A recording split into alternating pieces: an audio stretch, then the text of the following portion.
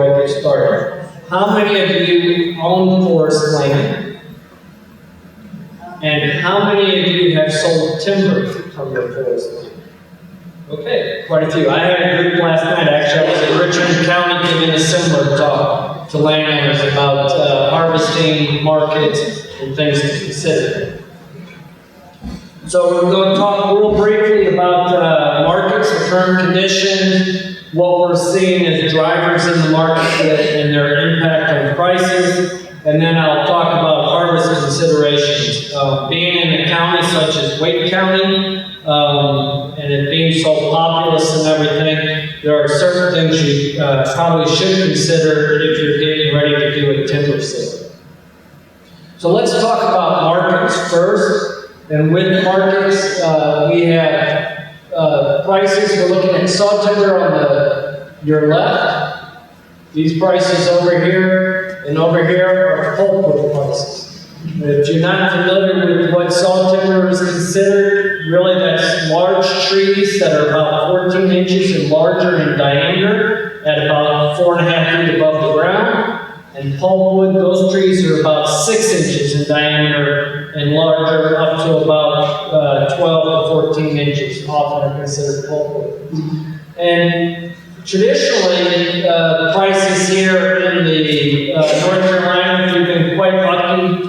The prices have been, for pine saw timber, have been running higher than the Southwide average in the eastern part of the state here. Pulpwood prices tend to be a bit higher, but they do drop over time. With, and I apologize, I have progressive lenses on, it's hard to see the slides at the same. Let me step here forward so I can make sure I'm talking. These are hardwood prices. They're again, hardwood saw timber ranges about 16 inches and larger in diameter. Prices there again, in eastern North Carolina, our hardwood prices tend to go lower than the Southwide average, and that is the same for pulpwood. And as you saw from those previous graphs, there's quite a bit of variation over time in prices as you see it. The big thing that's going on in the markets is that we've seen since about, if you actually can go back past 2005, but since about 2005, pine saw timber prices have dropped about 40% for us. So it's not been the best. If you sold timber in the early 2000s, we were actually at record high prices. And a lot of that was driven by the housing market. Part of the problem, what we're seeing is in the why that, especially with pine saw timber prices dropping, is in the 80s, about mid-80s, we were very good at convincing landowners to plant trees using conservation reserve program or other cost share programs. How many of you planted trees back in the mid-80s? So a few of you did, right? It was under this programs that you might have been enticed to do that. What we created is a huge supply of what is now saw timber sized trees. And so we have a very large supply, and because of the housing market and its crash, the demand for that has gone down for that supply. So we got a demand for timber that has gone down. We have a surplus of supply, so what does that do to prices? It brings prices down. And really, for North Carolina, housing is a big driver of our pine market. Hardwood markets also, because they go into things like flooring, as well as furniture and things like that. But we are seeing improvements. Housing is continuing to improve since the recession. Which is a good thing, and we are working our way through the abundance of supply, and we should see prices in the future to start to go up. And we're projecting that to be probably looking at, the end of this decade when we start to see those prices go up. So as a landowner, my thing is, with selling timber, it's important to understand why you're selling it Not everybody is selling it just because of the economic gain. There might be other reasons, cash flow reasons or something like that, that you need to consider. But it is definitely something you should consult with a professional, determine if your timber is financially mature, and consider the harvesting and not waiting into the future just to see if there's going to be better prices. So things to consider when you're selling timber is what your timber is, how much you have for sale, or what it's worth. Also, how are you going to go about selling it? And then there are land use and other regulations here, especially in a county where you may be land falls within a jurisdiction of a community or within the county. So let's talk about local regulations real quick. Zoning and land use regulations, there's riparian buffer rules. We're in the Neuse River Basin. There's buffer rules there that impact the way we can harvest timber. A lot of people may remember several years ago there was a law passed. A lot of people call it the right to practice forestry. We don't have a right to practice forestry law in North Carolina. That law clarified the role local governments have in regulations and its impact on forestry.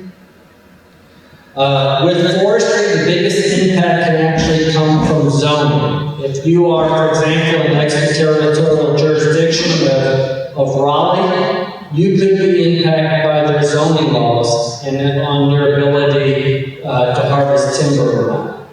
And the way zoning works is it places a use on a piece of property, and you need to make sure that you comply with that use of property. And the whole reason to do that is so you don't, for example, build a hospital next to a manufacturing plant that's going to be very loud, right? That's why we have, or residential areas next to high commercial areas and everything. So with zoning, first of all, you're going to determine whether trees may be harvested or not. In most cases it is, and there are exceptions to the rules. Which trees may be harvested? So if you're not just looking at zoning, but for example, the Neuse buffer rules that protect water quality, there are certain zones up to streams that you can and cannot harvest timber in, or you can partially harvest timber in. And then we're also going to talk about where the trees may be harvested, that's those zones, and then how to replant and maintain the land after harvesting. So, for example, you might have the ability to harvest your timber and practice forestry on your property, but if you're thinking of converting that to a different land use, so for example, really what you're doing is harvesting your timber and then you're going to sell the land and it's going to be developed. It's important to work with the local government to make sure that you understand and they understand what your purpose is with the land after harvesting. Many regulations that deal with development have different buffer requirements for timber on your land than forestry. And so if you harvest what would have been left as a buffer from a development standpoint, may impact you financially and legally. So from a zoning standpoint, most forest land is considered exempt, especially out at the county level. Local municipality zoning is treated different than county when it comes to these exemptions. But if you are considered a bona fide farm purpose, you are enrolled in present use value, your forest land is. There's the farm sales tax exemption. It may be you aren't enrolled in present use value, but you meet all the requirements of present use value. It's important to have a forest management plan. How many of you have a forest management plan for your property? A few of you. Not as many hands went up as earlier when I asked how many sold timber. Forest management plans, 20 acres or more, being eligible to be enrolled in use value will classify you as a bona fide farm and exempt you in most cases when it comes to zoning regulations. So sound forest management plan. So what is a sound forest management plan? It's your objectives as a landowner, and it's based on what you want to do and accomplish on your property. It considers your long-term goals and you formulate objectives that are going to help get you to those long-term goals. It's going to consist of things like maps, plats, aerial photographs, things that indicate what you own, as well as divide up into different various stands, maybe of different timber types, because it's going to make recommendations on forest management practices that you're going to do on your property. It consists of an inventory or description of what you have. And then, as I said, it's going to lay out management activities and a schedule. A good sound forest management plan, landowners that have them, keep up with them, and implement them are often more satisfied with the ownership of their property than those that do not have it. They also provide advantages. It can lower your taxes. It helps you if you're enrolled in the present use value taxation program. If you want to participate in federal cost share programs or the state cost share programs related to forestry, they're required. So they're very helpful and useful at lowering or making income available for lowering taxes for you. If you decide you want a management plan, there's a couple of ways to go about doing it. If the State Forest Service, they provide that service, you can have a forest management plan written by the State Forest Service, or you can reach out to a consulting forester to write that plan. If you're not enrolled in use value, and you decide to get a management plan enrolled in use value, I think you'll find the savings that you pay in property tax because of the deferment will more than offset the cost of getting a management plan written. With developing forest land, if you decide you're going to convert your land to a different use, such as development, it's important to realize that with harvesting the timber, you want to realize that if you do not do this properly, you can actually, local governments can make you wait 3 years before they approve development on your land. And if you willfully harvest, knowing that you're going to develop it and it's proven, they can prevent you for 5 years from having that piece of land developed. So it can be quite significant economically.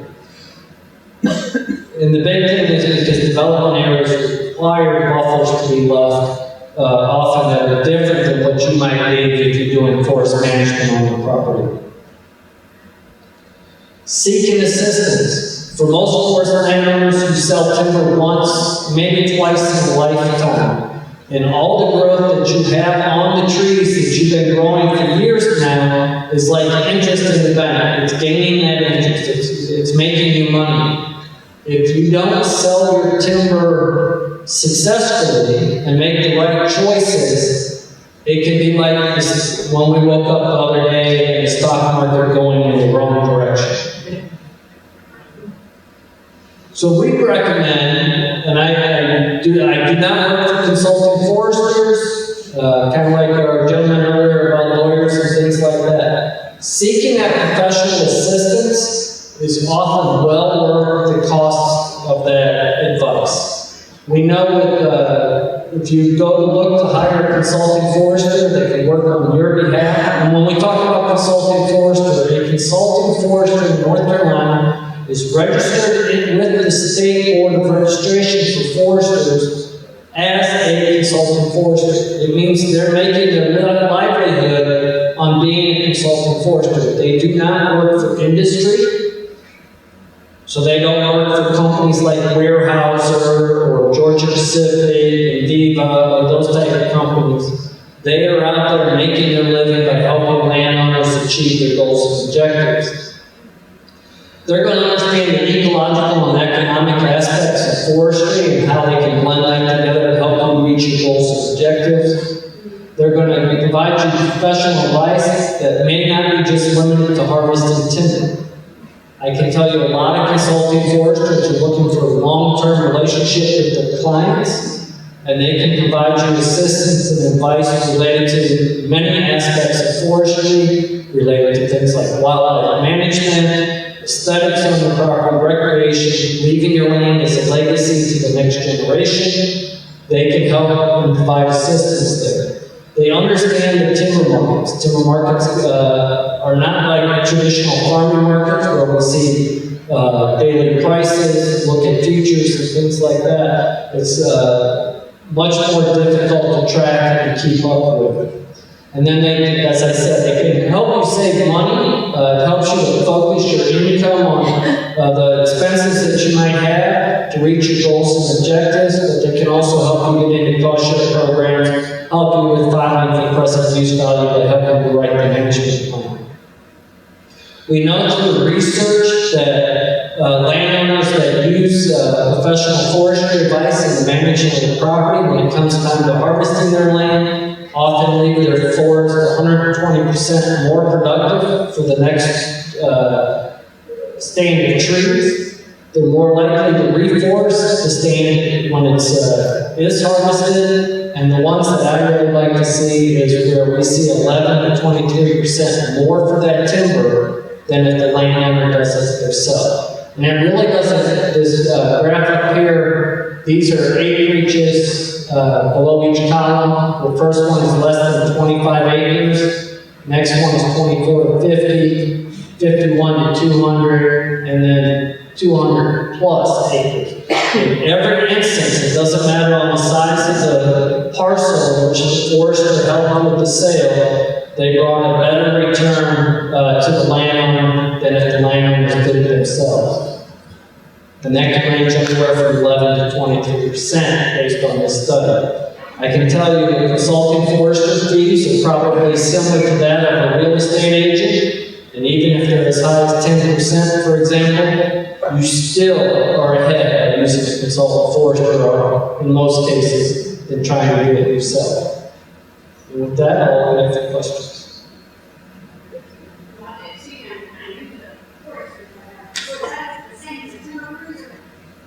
I'm sorry, I can't hear you. Is that the same as a timber cruiser? A consulting forester does timber cruising, but they're not, they would not refer to themselves as timber cruisers. You might be with, so timber buyers, maybe the ones that you might be thinking about, they go out, cruise timber, and are looking for timber to buy. But a consultant forester in their service may sample your forest land to determine the amount of trees you have for sale on the property. And we refer to that as cruising in the industry. Or association or a person contact to get in touch with it. So to find a consulting forester, the North Carolina Forest Service maintains a list of consulting foresters on their website. Or you can go to the Extension Forestry website, which is forestry.ces.ncsu.edu. You click on Selling Timber, and we are connected to that list of the State Forest Service. Or contact your local county extension office or your local county ranger can help with that. As I was telling Robert, Chris Fry is the Wake County Forest Ranger. He could not be here because he is getting deployed. He had to pack his bags and heading down east. Some fires breaking up.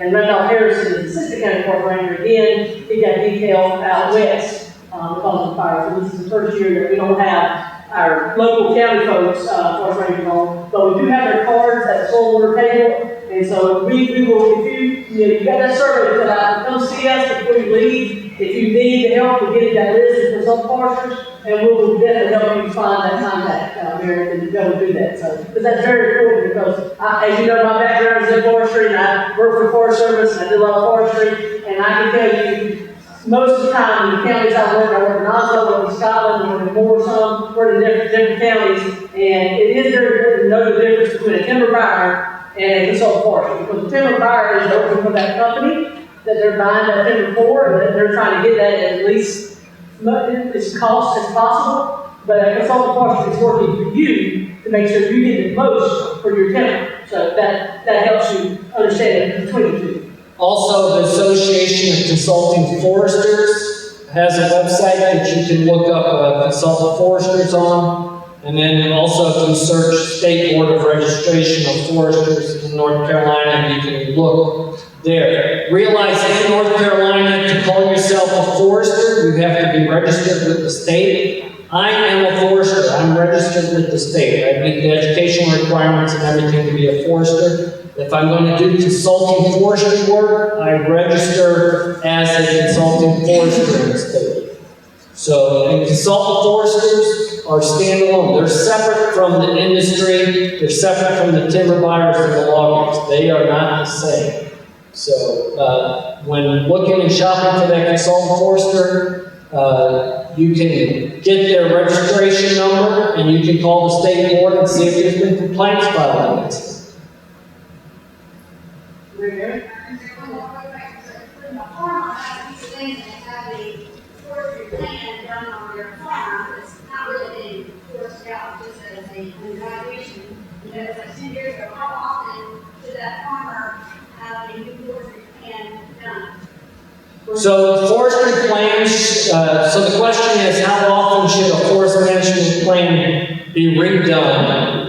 And what we often recommend is they should be at least reviewed on an annual basis. You as your landowner should be looking over it annually just to make sure you're implementing things. But the actual renewal of the plan should be, and working with a forester, that should be done about every 10 years unless there's a major change in activities on the property. It says this, and I'm not sure, but so you can have different programs, the same, like the cost share programs and the, what is it, the present use value program, you can have multiple or can you have? So if I'm understanding and hearing the question correct, can you stack programs financially like present use value and cost share programs so that you get the benefits from multiple programs? Yes. With some of them you can. So, for example, you can be in present use value and participate in many of the cost share programs. There are both federal cost share programs and state cost share programs. But you can't always stack cost share programs one on top of the other. Right. So, for example, I do not believe you can sign up for the forest development program for tree planting and then go to NRCS and sign up for EQIP for tree planting on the same parcel of land. That would not be allowed.